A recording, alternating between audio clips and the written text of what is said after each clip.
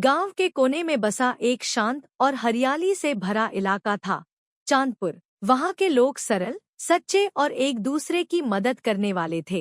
उसी गांव में दो लड़कों की दोस्ती पूरे गांव में मिसाल बन गई थी, आरव और कबीर। आरव शांत स्वभाव का, किताबों का दीवाना था। वहीं कबीर तेज तर्रार, मस्तमौला और हर किसी के चेहरे पर हंसी लाने वाला। दोनों एक दूसरे के स्वभाव से बिल्कुल विपरीत, फिर भी उनकी दोस्ती किसी मजबूत धागे से बंधी हुई थी। स्कूल में पहली बार जब आरव और कबीर मिले, तब कबीर ने आरव की मदद की थी उसकी टूटी स्लेट को जोड़ने में। तब से दोनों की दोस्ती शुरू हो गई। स्कूल के दिनों में दोनों साथ पढ़ते, साथ खेलते और गांव की गलियों में साइकिल चलाते। आरव लेखक बनना चाहता था और हमेशा अपनी डायरी में कुछ न कुछ लिखता रहता था, जबकि कबीर का सपना था कि वह एक दिन अपने गांव के बाहर की दुनिया देखे और नए नए अनुभव हासिल करे। एक दिन गांव में एक नाटक मंडली आई, जो बच्चों के लिए नाटकों का आयोजन करती थी। आरव ने उस नाटक में भाग लेने का फैसला किया और कबीर उसके साथ अभ्यास करने लगा। उन्होंने मिलकर एक अद्भुत नाटक तैयार किया, जिसमें दोस्ती, संघर्ष और सफलता की कहानी थी। वह नाटक इतना लोकप्रिय हुआ कि गांव के प्रधान ने उन्हें जिला स्तर पर भेजा। वहीं से आरव और कबीर के सपनों को पंख मिले। उन्होंने अपने अपने क्षेत्र में मेहनत की। आरव को एक विश्वविद्यालय में स्कॉलरशिप मिल गई और वह शहर चला गया।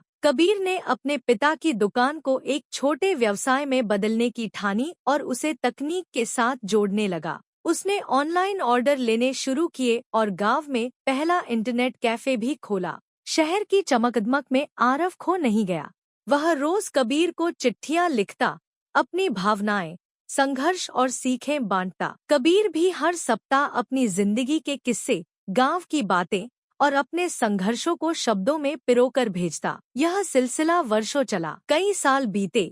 आरव अब एक प्रसिद्ध लेखक बनने की राह पर था, जबकि कबीर गांव में युवाओं को स्वरोजगार सिखाने लगा था। उसने एक कोचिंग सेंटर खोला और बच्चों को प्रेरित करने लगा। दोनों की जिंदगी व्यस्त हो गई, लेकिन उनकी दोस्ती में कभी दरार नहीं आई। फिर एक दिन आरव की चिट्ठियां आनी बंद हो गईं। कबीर बेचैन हो गया। उसने कई बार फोन मिलाया, पर कोई उत्तर नहीं मिला। आखिरकार वह खुद शहर पहुंचा। वहां जाकर उसे पता चला कि आरव का एक्सीडेंट हो गया है और वह अस्पताल में है। कबीर सीधे अस्पताल पहुंचा। आरव को गहरी चोटें आई थी और वह बेहोश था। डॉक्टर्स ने कहा कि उसे हौसले और देखभाल की जरूरत है। कबीर वहीं रुक गया। उसने दुकान की जिम्मेदारी अपने छोटे भाई को सौंपी और खुद दोस्त की सेवा में लग गया। हर दिन वह आरव के पास बैठकर उसे कहानियां सुनाता, पुराने किस्से याद दिलाता, ताकि आरव को होश आ सके। 3 हफ्ते बाद आरव को होश आया। आंखों में आंसू और चेहरे पर हल्की सी मुस्कान थी। वह फुसफुसाया, तू आया? कबीर ने उसका हाथ थामा और कहा, दोस्ती का मतलब सिर्फ साथ हंसना नहीं होता, मुश्किलों में भी साथ खड़ा रहना होता है।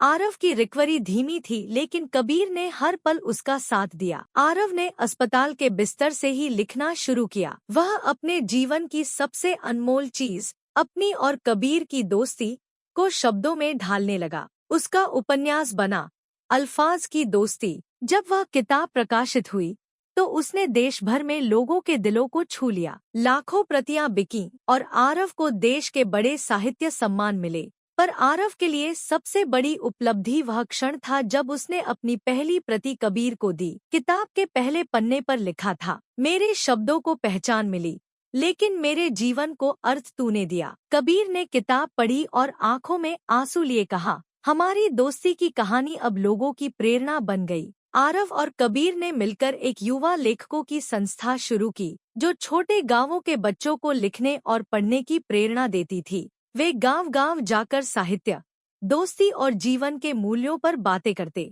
उन्होंने एक वार्षिक दोस्ती महोत्सव भी शुरू किया, जहां लोग अपनी सच्ची दोस्ती की कहानियां सुनाते और प्रेरणा लेते। एक बार महोत्सव में एक बच्ची ने कहा, मैं भी आरव और कबीर जैसी दोस्ती चाहती हूँ। यह सुनकर दोनों की आंखें भर आईं।